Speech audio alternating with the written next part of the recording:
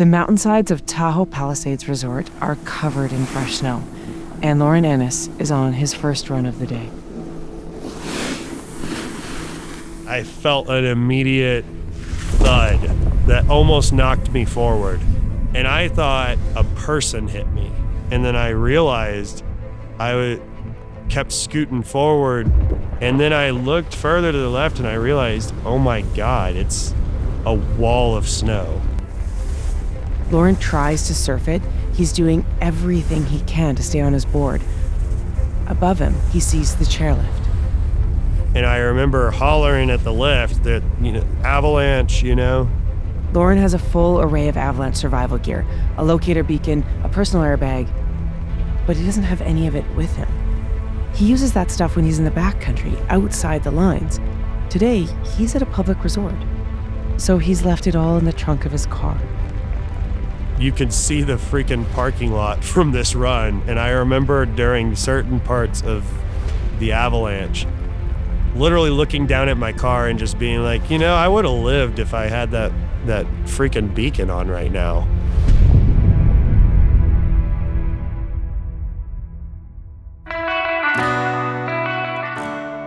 I'm Tora Kachur. This is Tell Me What Happened. True stories of people helping people. An original podcast by OnStar. As always, we start with the premise that every day when you wake up, you don't know if you'll be a person who needs help or if you'll be a person that helps someone else. This show is here as a reminder that any of us could be either one of those people every day.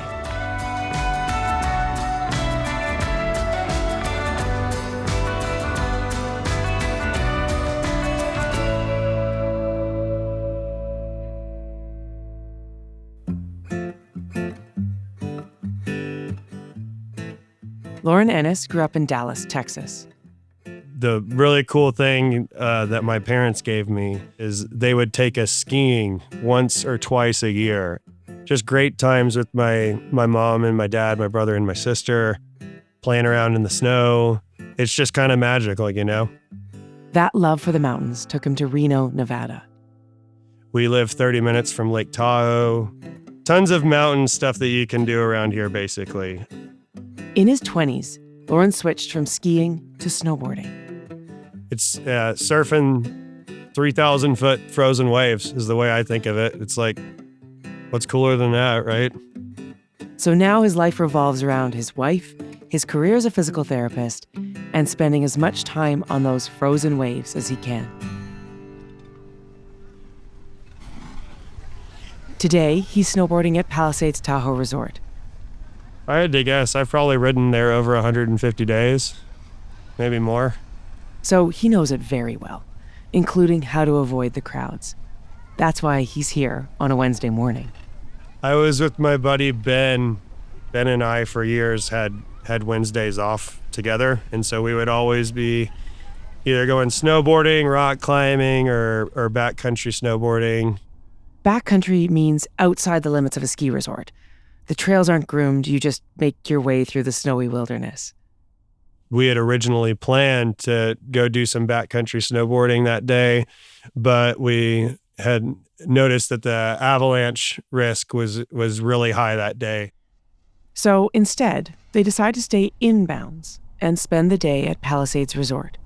So we were like, we'll go to Palisades and, not have to worry about avalanches. They'd make their way to the lifts. We were just shocked to see that KT-22, which is, world famous lift, lots of amazing steep terrain. We saw it spinning. KT-22 is an iconic chairlift at Palisades Tahoe Resort. It's nicknamed the Mothership, and it takes skiers up to a summit that gives them access to 2,000 vertical feet of black diamond runs. They hadn't planned it, but by chance, they've arrived on the first day of the season for that part of the mountain. Excited would be an understatement. We were giddy the entire way up. The lift starts running at 9. Loren and Ben are in a chair at 9:03. It's one of the biggest vertical lifts at the resort, and you get just a fantastic view of the entire Olympic Valley. The two buddies start winding their way down the mountain, Loren a little in front. As he slows down to make a turn, he feels someone slam into the back of him. I was like, oh man, somebody probably got really injured hitting me in the back or whatever. Then he realizes it's not a person. It's a wall of snow. And it was just like my whole body was being scooted at once forward. Snow in an avalanche behaves much like water in a fast-flowing river. It pushes you forward, but since you're denser than the water around you, you also sink. Then something weird happens. As he's sinking in the snow, the bottom of his snowboard hits something, a bump or a lump of ice, something solid, and that shoves him upwards. He's still mostly buried, but his head and shoulders are above the snow as he's carried along. It felt like a 1,000,000-pound weighted blanket. It was nuts. He tries to use his arms to swim, but he's still strapped to his board, and that's what the snow is pushing. So he sticks his legs out in front of him and gets pulled feet first. That way it's not flipping me forward, because that's what I was afraid of the entire time, is that there would be some force that would force my head forward and I would go head first down the mountain face down. He's swimming, floating, surfing, doing everything he can to stay on top of the snow. And for a brief moment, he thinks, hey, I'm gonna make it. Like almost laughing at like, it looks like I'm gonna stay on top of this. And then as soon as that happened, the run turns and there's this area called the GS Cliffs. And I could see the cliffs coming up, and I was like, oh, never mind. If he was boarding under normal conditions, he'd make the turn and continue down the run. But he has no way to steer. I stopped like 15 feet above this GS Cliffs area. I was about nipple level deep, but I was able to keep my arms above it. The entire time, I'm just thinking like, I've got to get out of here quick, because if there's a second slide that's so much as another foot deeper of snow, I'm under snow again. He's also thinking about his buddy Ben. He was a little further up the slope. Did the avalanche catch him too? Is he dead? We actually landed about 20, 30 feet apart from each other, so I was able to shout out to him. Loren and Ben dig themselves out. We're just kind of looking around, and that's whenever I remember seeing like this black speck, probably like 100 yards away or so, and it was moving. I just was like, holy shit, I think that's a person over there. Loren rushes over. All he sees is a hand with a black glove sticking out of the snow.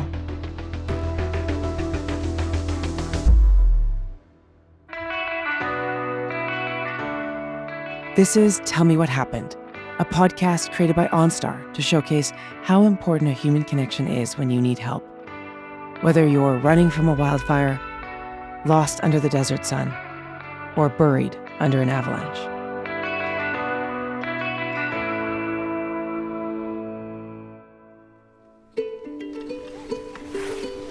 Skiing has always been a part of Janet He's life. Skiing is one of the big family sports together. We really had a great time. And a lot of that was down in the mountains around Lake Tahoe.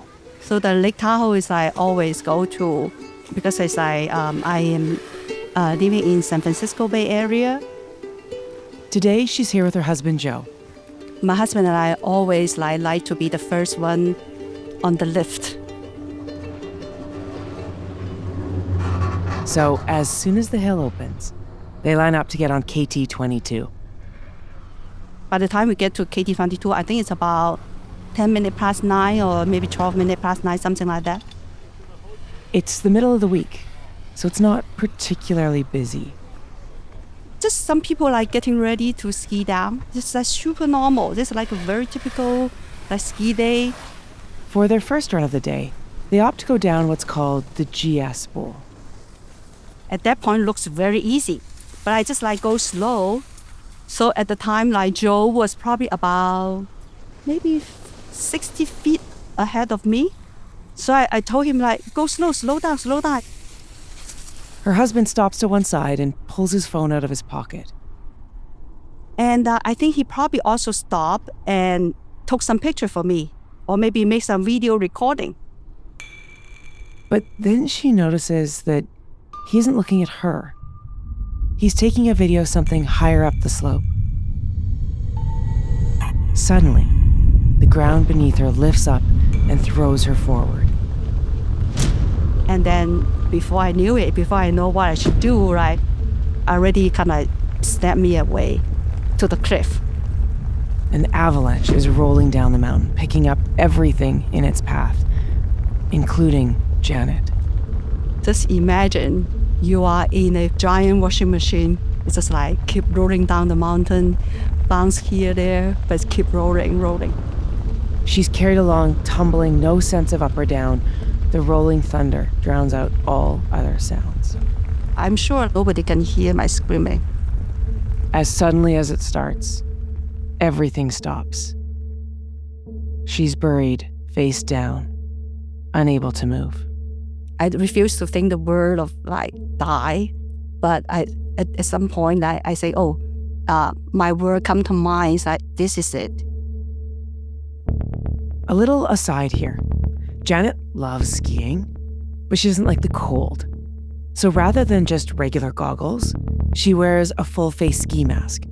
And that creates a little pocket of air around her nose and mouth for her to breathe.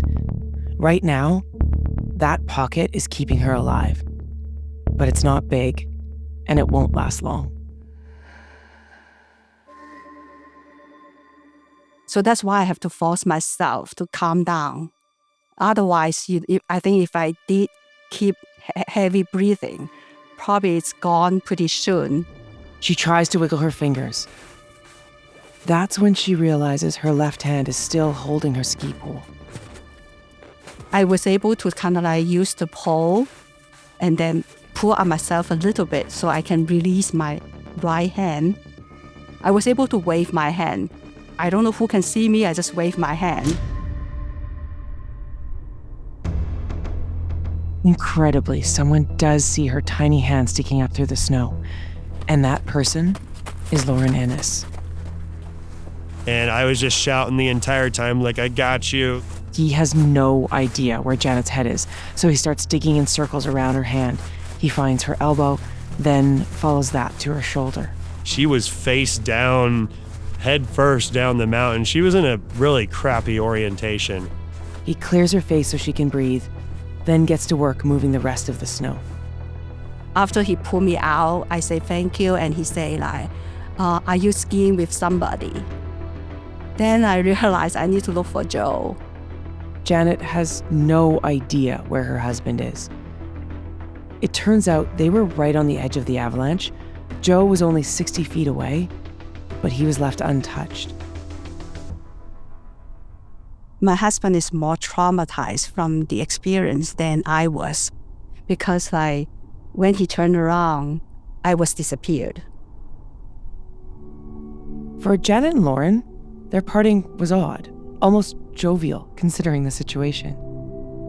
So after I say thank you to him, of course I didn't realize the gravity, right? And then she grabs me and is like, take a picture with me. We took a selfie together.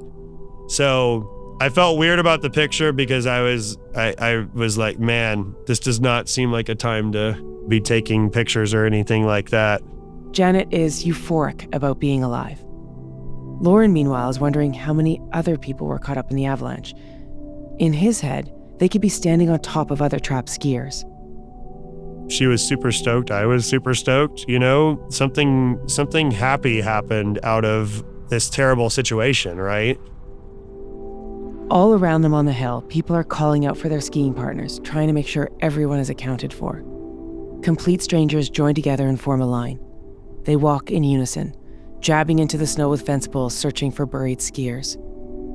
The ski patrol arrives on the scene within minutes, bringing word that one person has been found dead. Then we realize how bad the situation is. I have the most terrible experience personally, but I also saw how people are helping each other, right? And I think I saw the best side of the human being. And that includes Loren. It's just like saved my life. He's the person to pull me out. And, I'm so grateful. Loren's story, however, quickly took a dark turn. He went to work the next day, then on Friday, he went back to the mountain to snowboard. The first couple of runs were great. He saw the spot where he'd been swept up and the spot where he had dug out Janet. But after a couple of hours, his arms started to feel heavy, then numb.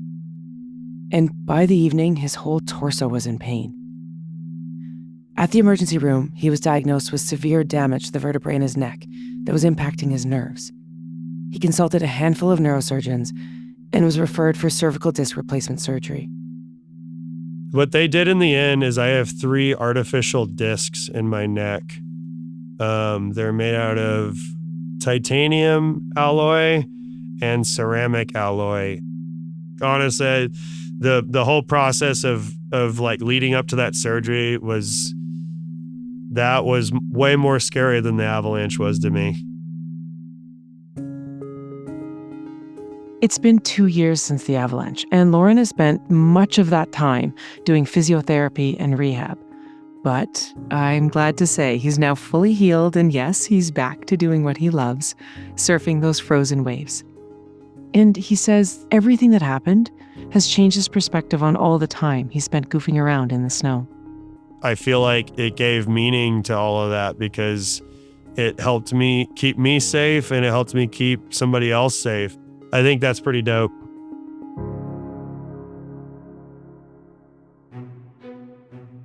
Loren's injuries turned out to be quite severe. But I mean, he was caught in an avalanche, so I guess that shouldn't be surprising. But what about regular skiing or snowboarding? Is that dangerous? And how can we make it less so? To answer that, I sat down with Leslie Desrosiers, a doctor of physical therapy who is also an avid skier. What are the most common ski injuries? What do you often see? Yeah, with skiing, it's primarily knee injuries. So that's the number one most common injury for skiers, and typically involving ligaments. So the ACL, I don't know if you're familiar with the ACL, it's the anterior cruciate ligament. ACL injuries are really common just because of the nature of twisting and turning that we have in skiing. Is it catching an edge? Like, what causes that? Yeah, I mean, you can catch an edge as you're rotating and sliding and turning. If your ski catches an edge, then you have that long lever arm of the ski and that force with your body going one direction and then your ski or your lower leg all of a sudden changing directions or turning or stopping. And that momentum can just lead to a twist at the knee that can go right through the stabilizing ligaments. So the ligaments are what hold the knee together. What about snowboarding? Yeah, snowboarding, we do see ACL injuries in snowboarding, not as many, but we get a lot of upper extremity injuries with snowboarding. So falling on the wrist, falling with the arm outstretched, shoulder dislocations, that kind of thing. So if you're planning a day on the mountain this winter, you want to reduce the risk of getting injured, how do you prepare? Start a strength and conditioning training program to prepare your body for the demands that are on the snow. There's really nothing else exactly like that. And so even if you're active throughout the year, your body isn't necessarily prepared for the demands on the mountain. So if you can prepare with just the right types of exercises that strengthen through the legs, the quads, the hamstrings, the glutes, but then especially targeting the hips and the core, those are really key to improving your body awareness and your alignment, and then giving you the resilience to withstand the forces on the mountain. But beyond just strength, I mean, that's going to include things like balance exercises and some agility work and moving different directions. So a lot of people forget to work side to side because a lot of what we do with running and biking, everything is in a forward direction that we forget to strengthen laterally or side to side or in rotation. And then when you get on the mountain and you're on skis or a snowboard, you're in these rotational movement patterns. And if you haven't developed the strength to control that, then you're at a higher risk for injury. So it's more than just a wall sit. It's more than just a wall sit. Yeah, more than just squats. Exactly. That's so funny you mentioned that, because that is the thing people fall into. They think just strengthen your quads, just do wall sits or do a squat challenge. But there's so much more to it to really, really protect yourself from injury. But that's the muscle you feel when you're skiing, You right? do. It's You your do feel those are quads burning, so you burn. think Yes. next time I'm going to be stronger just in my quads. Right. And interestingly, when you do strengthen your core and your hips, you actually take a little pressure off your quads, so your quads don't have to do all the work. What are your top tips to prevent injuries in winter sports? Yeah, so first tip is to prepare as best you can physically and mentally. That day, there's things you can do that day, like warm up. Just taking 5 to 10 minutes of moving your body and warming up the right muscles before you hit the slopes, that's going to make an impact as well. Staying hydrated, staying fueled, minimizing stress, minimizing fatigue. A good tip is to carry snacks with you so that you're able to have a bite and get some snacks in so you don't hit that fatigue wall. When you do, you can get distracted more easily. And when you get distracted and you don't make decisions quickly enough, your decision-making processes slow down. That can leave you more vulnerable to injury. And maybe don't go for that spread eagle that you could do when you were 20. What's interesting though is with a lot of injuries, like major injuries, like ACL injuries, they're not always with those big air jumps and big moves. And so often, because it's such a devastating injury that has such a long recovery time, people want to be able to have a big story of something magnificent that they did. But in reality, I see it time and time again that it's just a slow moving, even a standing still, twisting fall. And that can end up in a torn ACL. So it doesn't have to be that big, impressive jump. It can be just something small, slow, maybe being distracted, maybe just getting knocked off balance. Should the threat of injury prevent us from skiing or snowboarding? No, absolutely not. The body's amazing in that we can improve our capacity to handle demand. So if you are staying in control, if you are staying aware of your body and following the rules, then chances are you're going to finish the day in one piece, feeling good, feeling strong, and having had a great day. Leslie, thank you so much. You're welcome. That's it for this episode of Tell Me What Happened. True stories of people helping people. We share a new story every other week. But if you're in the mood for another one right now, scroll back in time to one of our earlier episodes. On behalf of OnStar, I'm Tora Couture. Please be safe out there.